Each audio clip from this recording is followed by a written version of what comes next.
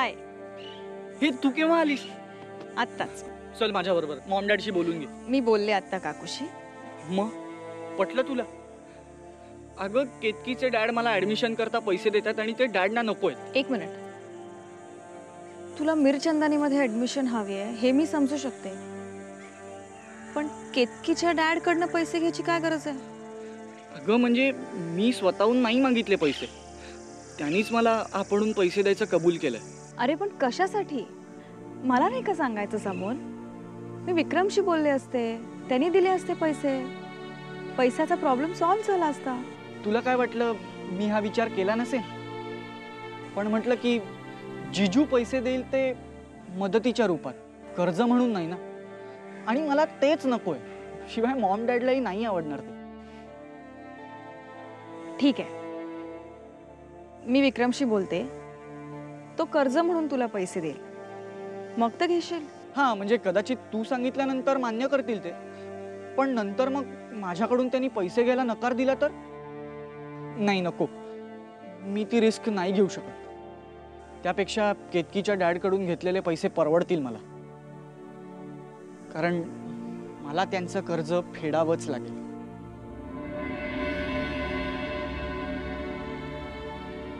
काय ग, असं काय बघतेस माझ्याकडे? तू एवढा मोठा झालायस त्यावर विश्वासच बसत नाही. तुझ्या या स्वाभिमानी वागण्याचं कौतुक करावंसं वाटतं. पण मॉम डॅडचं काय? त्यांना माझं असलं वागणं नाही ना पटत. आता त्याची काळजी तू करू नकोस, मी बोलीन त्यांच्याशी. खरंच? हो. हां, पण आपलं फोनवरचं बोलणं लक्षात आहे ना? हो, तुम्ही जो निर्णय घ्याल तो मला मान्य असेल. ठीक आहे, चल. नाही, तुझा मी थांबतो इकडेच. ठीक आहे.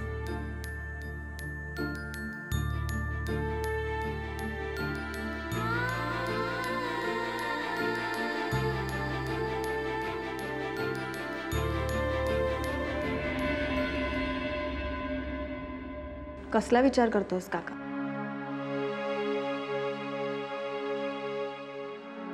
हे बघ, मला विचारशील ना तर अमोलने चुकीचा विचार केला असं मला अजिबात वाटत नाही. हो, त्यांनी स्वतःहून निदान त्याच्या शिक्षणाचा विचार तरी केला आहे. हे बघ देव, अमोलच्या शिक्षणाला माझा विरोध नाही, पण केतकीच्या डॅडकडून पैसे घेणं मला नाही पटत. बँकेकडनं कर्ज घेतलं असतं तर तुला चाललं असतं ना. मग बँकेच्या व्यवहारात रिस्क नसते ग, कागदोपत्री व्यवहार असतो. शिवाय केतकीच्या वडिलांकडनं असेच पैसे घेणं, तेही एवढी मोठी रक्कम, जरा भीतीच वाटते ग. तुमची काळजी स्वाभाविक आहे, पण काकू, अमोलच्या भावनांचा सुद्धा आपण विचार करायला हवा ना. अमोल आता लहान राहिलेला नाही. तुम्हाला माहितीये तो काय म्हणाला? विक्रमकडनं त्याला पैसे घ्यायचे नाहीत, कारण विक्रम पैसे परत घेणार नाही. याचाच अर्थ त्याच्या शिक्षणासाठी त्याला कुणाकडनंही मदत किंवा उपकार नकोय. असं अमोल म्हणाला? विश्वास बसत नाहीये ना, पण हे खरं आहे काका. आणि त्याच्या ह्याच स्वाभिमानाचा आपल्याला अभिमान वाटायला हवा. त्याच्या या निर्णयाचा आपण आदर करायला हवा. देऊ, तुझं बोलणं पटतंय मला, पण भीतीही वाटते. त्याच्या ह्या नादानपणाचा कोणी फायदा घेऊ नये. ह्या वयात एवढ्या मोठ्या रकमेची जबाबदारी शक्य आहे का? म्हणजे ते पैसे परत करणं झेपणार आहे का त्याला? काकू, अगं पैशाची सगळी जबाबदारी त्याच्या एकट्यावर नाहीये, आपण आहोत की. हे बघ देऊ, खरा प्रॉब्लेम हा पैशांचा नाही आहे, केतकीच्या वडिलांचा आहे. मला तो माणूस साधा वाटत नाही, मग त्याच्यावर विश्वास कसा ठेवायचा? माझ्यावर विश्वास आहे ना काका. मग प्लीज माझा ऐक. अमोलचा निर्णय आपण मान्य करायला हवा. आणि हे बघ, पुढे जाऊन जर काही प्रॉब्लेम झालाच ना तर सगळे पैसे मी देईन. देऊ तू? हो काकू, पैसे नाहीत म्हणून अमोलने स्वप्नच पाहिजे नाहीत हे मला नाही पटत.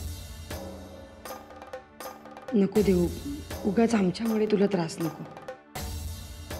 एवढी परकी झाली मी काकू. अमोलसाठी मी एवढं सुद्धा करू नाही शकणार. देऊ, तू म्हणतेस तर मी विचार करतो, पण मला थोडा वेळ हवा.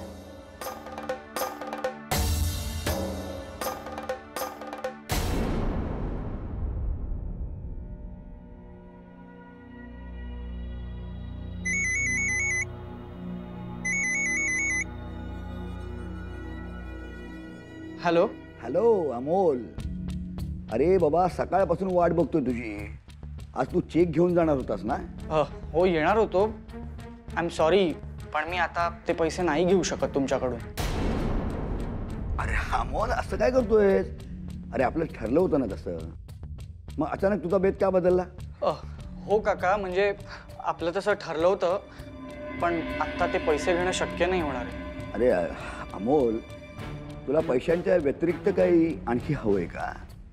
नाही तसं असेल ना तुम्हाला बेधडक सांग. नाही अंकल, खरंच तसं नाही आहे. अहो, तुम्ही माझे पैसे भरताय ना तेच खूप आहे माझ्याकरता, पण ते मॉम अँड डॅडला मान्य नाही आहे ना, म्हणून. ए कम ऑन अमोल. अरे एवढ्या छोट्या गोष्टींसाठी आई वडिलांची परवानगी घेतात का? ते काय नाही, तू इथे येतोयस आणि चेक घेऊन जातोयस. ओके? नाही अंकल, मी असं ठरवलंय की जोपर्यंत मॉम अँड डॅडला ते मान्य होत नाही तोपर्यंत मी पैसे नाही घेणार तुमच्याकडून. ए अमोल, जस्ट थिंक, विचार कर. आई वडिलांच्या परवानगीसाठी तू तुझं करिअर स्पॉइल करणार आहेस? हो, मी एक वेळ करिअरच्या बाबतीत कॉम्प्रोमाइज करेन, पण मी मॉम अँड डॅडच्या मनाविरुद्ध नाही काही करणार. I am sorry.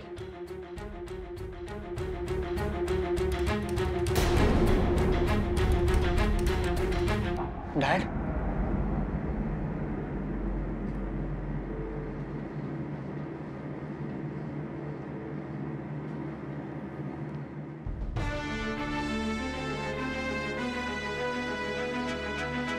काय? फोन दे.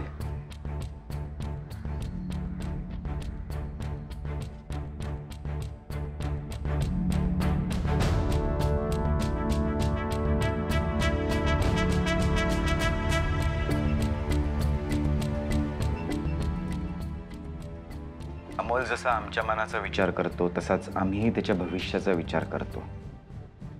तो त्याचं मन मोडायला तयार आहे, पण मी तसं होऊ देणार नाही. तो तुमच्याकडून पैसे घेईल, पण ते कर्जाच्या स्वरूपात, आणि मी ते लवकरात लवकर फेडीन.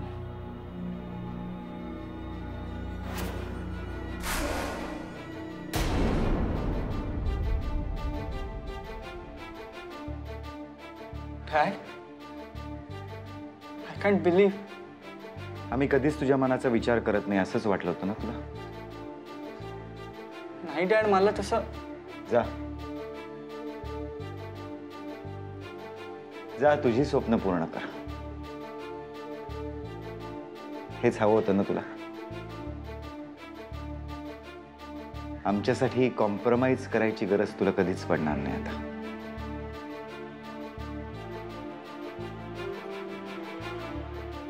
डॅड,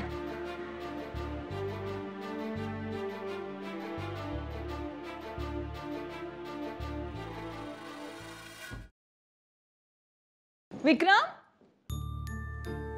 विक्रम. अरे झाला प्रॉब्लेम सॉल्व? काय झालं घरी? झाला म्हणजे 50% झालाय. 50% झालाय, मग उरलेलं 50% कुठे अडकलंय? त्यासाठी मला तुझ्या मदतीची गरज आहे. काय करू आम्ही? मला तुझ्याकडनं पैसे हवे होते. दिले. कधी हवेत? अरे कशाला हवेत हे तर विचार आधी. देवयानी, तुला पैसे हवेत आणि आम्ही ते तुला दिले. कारण कशाला हवंय? तुला मी सांगितलंच होतं ना, अमोलला मिरचंदानीजमध्ये ॲडमिशन हवी आहे आणि काकाला ते शक्य नाही आहे. म्हणून अमोलचं असं म्हणणं होतं की त्याच्या मैत्रिणीच्या वडिलांकडनं तो कर्ज घेईल. पण असं कर्ज घेणंही घरच्यांना पटणार नाही. आणि अमोलला तुझ्याकडनं पैसे नको आहेत, कारण तू पैसे दिलेस तर ते परत घेणार नाहीस. म्हणून मग मीच असा विचार करत होते की न कळत ते पैसे त्याला द्यायचे. म्हणूनच तुझी मदत हवी होती. त्यासाठी तुला आम्हाला कारण द्यायची गरज नव्हती देवयानी. तुला जेव्हा हवेत तेव्हा तू आमच्याकडनं पैसे घेऊ शकतेस, कारण ते सगळे तुझंच आहे. अमोलला कधी कुठल्याही प्रकारच्या मदतीची आवश्यकता भासली तर आपण कायम त्याच्यासोबत असणार. ओके? थँक्स विक्रम. थँक्स? तू आता आम्हाला थँक्स म्हणणार आहेस?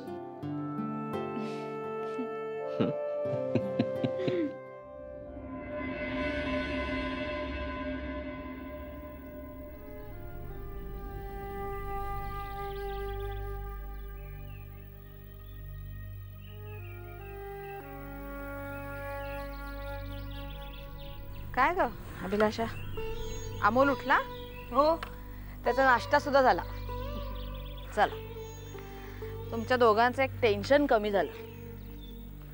त्याच्या ॲडमिशनचा प्रॉब्लेम सुटला ना? हो ना, त्याच्या ॲडमिशनमुळे ना आम्हाला दोघांनाही खरंच खूप टेन्शन आलं होतं. पण देऊने तो प्रॉब्लेम सॉल्व्ह केला. मग काय, खुश असेल ना अमोल आता? खूपच आनंदात आहे. त्याला म्हणा आता चांगले मार्क मिळव, मन लावून अभ्यास कर. आणि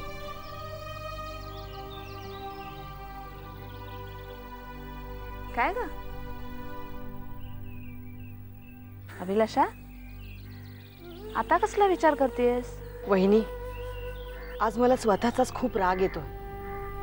किती वाईट वागले होते मी देऊशी. तिचंच चुकते असंच नेहमी वाटायचं. पण आज कळते, तिला समजून घेण्यात माझी चूक होत होती. चूक? अगं आज असं अचानक हे काय बोलतेस? आज देऊ बहीण म्हणून अमोलच्या पाठी अगदी खंबीरपणे उभी आहे. त्याची सगळी जबाबदारी तिने स्वतःवर घेतली. मी तिच्याशी वाईट वागूनही ती आमच्या मदतीला धावून आली. अगं तिचा स्वभावच आहे तो, सगळ्यांसाठी धावून जाईल, प्रत्येकाला मदत करेल. अरे तू काळजी नको करूस, तिच्या मनात तसं काही नाहीये.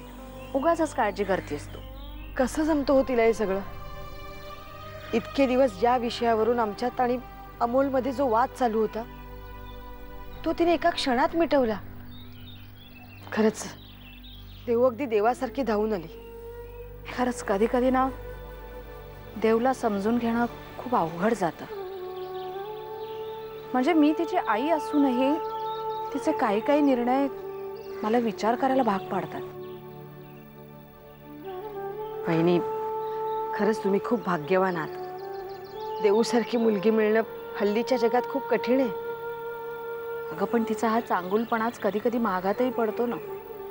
ती सगळ्यांसाठी करते, पण तिच्या बाबतीत काही चांगलं व्हायला लागलं की काही ना काही बिनसतंच. तुम्ही देऊच्या बाळाबद्दल बोलताय ना? तिचं बाळ देणं योग्य की अयोग्य हे जरा सांगणं कठीणच आहे. पण तिच्या ह्या निर्णयामुळे तिचा मोठेपणा नक्कीच सिद्ध होईल. पण तिच्या या मोठेपणाचाच त्रास होतो, भीती वाटते. तिच्या या निर्णयामुळे आता काही नवीन प्रॉब्लेम निर्माण होऊ नये एवढीच इच्छा आहे. कॉफी.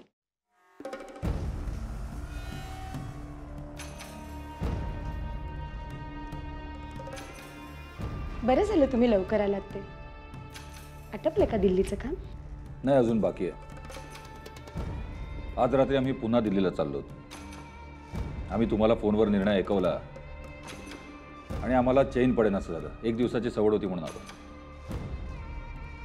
तुमचा निर्णय ऐकून आम्हालाही खूप आनंद झाला. विश्वासच बसत नव्हता आमचाच आमच्या कानांवर की तुम्ही बोलताय हे सगळं. त्याच आनंदाच्या भरात आम्ही सगळ्यांना घरी सांगून सुद्धा टाकला तुमचा निर्णय. साईमाला तर अतिशय आनंद झाला ऐकून. खरं तर आम्हाला तुमचं दुःख पाहवत नव्हतं आणि म्हणूनच आम्ही नताशाचं बाळ स्वीकारण्याचा निर्णय घेतला होता. अर्थात तो दुर्दैवी होता. सुदैवानं आपल्या नशिबात आई वडील बनण्याचं भाग्य असं दिसतं. मग ते नाकारून आपण पुन्हा चूक का करायची? आणि आत्तापर्यंत आम्ही ज्या चुका केल्या त्याची शिक्षा तुम्हालाच भोगावी लागते. तुम्ही इतका समजूतदारपणा दाखवलात तर आणखीन काय हवंय आम्हाला?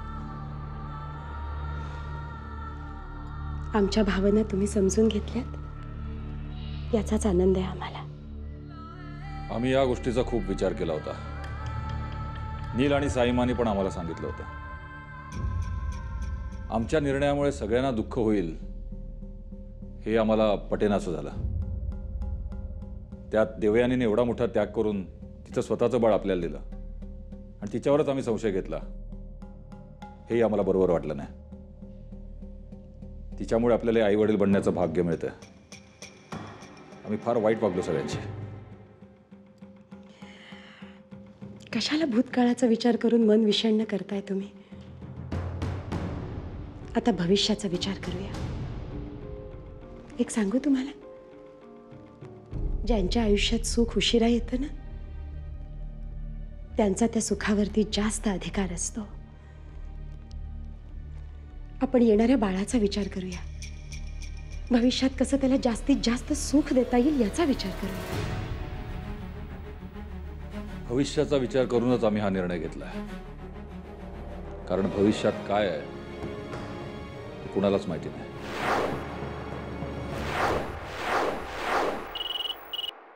सब इन्स्पेक्टर साक्षी देशमुख बोलते. हां बोला. ओके ओके हो आम्ही लवकरच पोहोचतो तिथे. हो त्यांना जाऊन भेटून येतो. Thank you very much. सर आत्ताच इंदोर पोलीस स्टेशनमधून फोन होता. मी त्यांना नताशाबद्दलची माहिती काढायला सांगितली होती.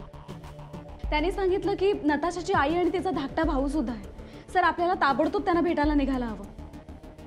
तू चुकीच्या गोष्टीसाठी वेळ वाया घालवतेस साक्षी. इंदोरला जाऊन आपल्याला काहीही फायदा होणार नाही. सर पण नताशाबद्दलची छोटीशी सुद्धा गोष्ट आपल्याला कळली तरी ती आपल्याला खूप उपयोगी पडेल सर. मदत होईल आपल्याला. नताशाने प्रत्येक गोष्ट आपल्या घरच्यांना सांगून केली असेल असं तुला वाटतंय का? नाही सर तसं नाहीये. पण हे बघ साक्षी, इंदोरला जाऊन आपण रिकाम्या हाताने परत येऊ अशी माझी खात्री आहे. सर तुम्ही जर येणार नसलात तर मी एकटे जाऊन त्यांना भेटून येईन. निदान नताशा आणि त्यांच्यामधलं शेवटचं बोलणं काय झालं ते तरी कळेल. सर साक्षी जे म्हणते ते मलाही पटते. एकदा जायला काय हरकत आहे. तिथे गेल्यामुळे आपल्याला कदाचित नवीन माहिती सुद्धा मिळेल. ठीक आहे, तुम्ही लोक कॉन्फिडंट असाल तर आपण जाऊया.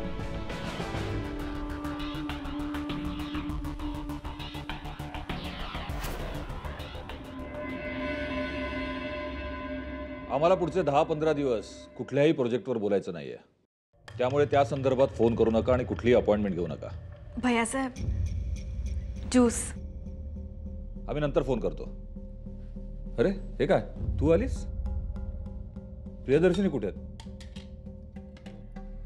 प्रिया वहिनी जरा कामात आहेत आणि मी मुद्दामच आले. तुम्ही परत आल्यापासून भेटच झाली नव्हती ना. अगं पण तुला डॉक्टरांनी आराम करायला सांगितलं ना. तू अजिबात त्रास करून घ्यायचा नाहीस. या अवस्थेत तुला पूर्ण आराम पाहिजे. आरामच करत असते भैयासाहेब. कोणी मला काही कामच करू देत नाही. आता रूममध्ये बसून कंटाळा आला म्हणून बाहेर आले. तुझी गोळ्या औषधं वगैरे वेळेवर चालू आहेत ना? डॉक्टरकडे रेग्युलर चेकअप करतेस ना? आणि हे बघ, कोणतीही हैगाय करायची नाही. कुठलंही टेन्शन घ्यायचं नाही. सतत आनंदी राहायचं. हो भैयासाहेब, तुम्ही तुमचा निर्णय बदललात त्या दिवसापासून आम्ही सगळेच खूप आनंदात होतो. जी काही टेन्शन्स होती ना ती सगळी निघून गेली आता. प्रिया वहिनी खूप खुश आहेत आणि म्हणूनच आम्हाला सगळ्यांना आनंद झाला. देवयानी, हे सगळं तुझ्यामुळे शक्य झालंय. तू या घरात आल्यापासून सगळेच प्रॉब्लेम सॉल्व्ह केलेत. आता आम्हाला या घराची कसलीही चिंता नाही. राजेश शिर्केंची सून म्हणून जे काही करता येईल त्याच्यापेक्षा बरंच केलंयस तू या घरासाठी. आता या घराची प्रतिष्ठा, या घराचा सन्मान सगळं तुलाच सांभाळायचं. सगळं तुझ्याच हातात आहे. हो भैयासाहेब, तुमचे आणि साईमानचे आशीर्वाद पाठीशी आहेत. आता मी कुठल्याही संकटाला हसत सामोरी जाईन. आपण सगळे या घरात एकत्र आनंदात राहू, हेच स्वप्न पाहिलं होतं मी. घर एकत्र ठेवणं तेवढं सोपं नाहीये देवयानी. त्यासाठी नात्यांमधल्या विश्वासाचा नाजूक धागा सांभाळावा लागतो. घरचे भेदी खूप असतात, पण म्हणून आपण कच्च्या कानाचं असून चालत नाही.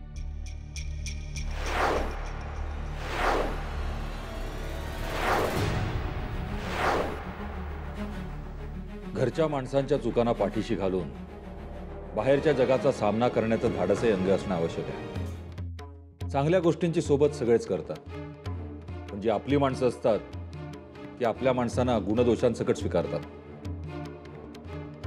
आणि असं झालं तरच घराला एकत्र ठेवण्याचं स्वप्न पूर्ण होऊ शकतं. मी नक्की प्रयत्न करेन.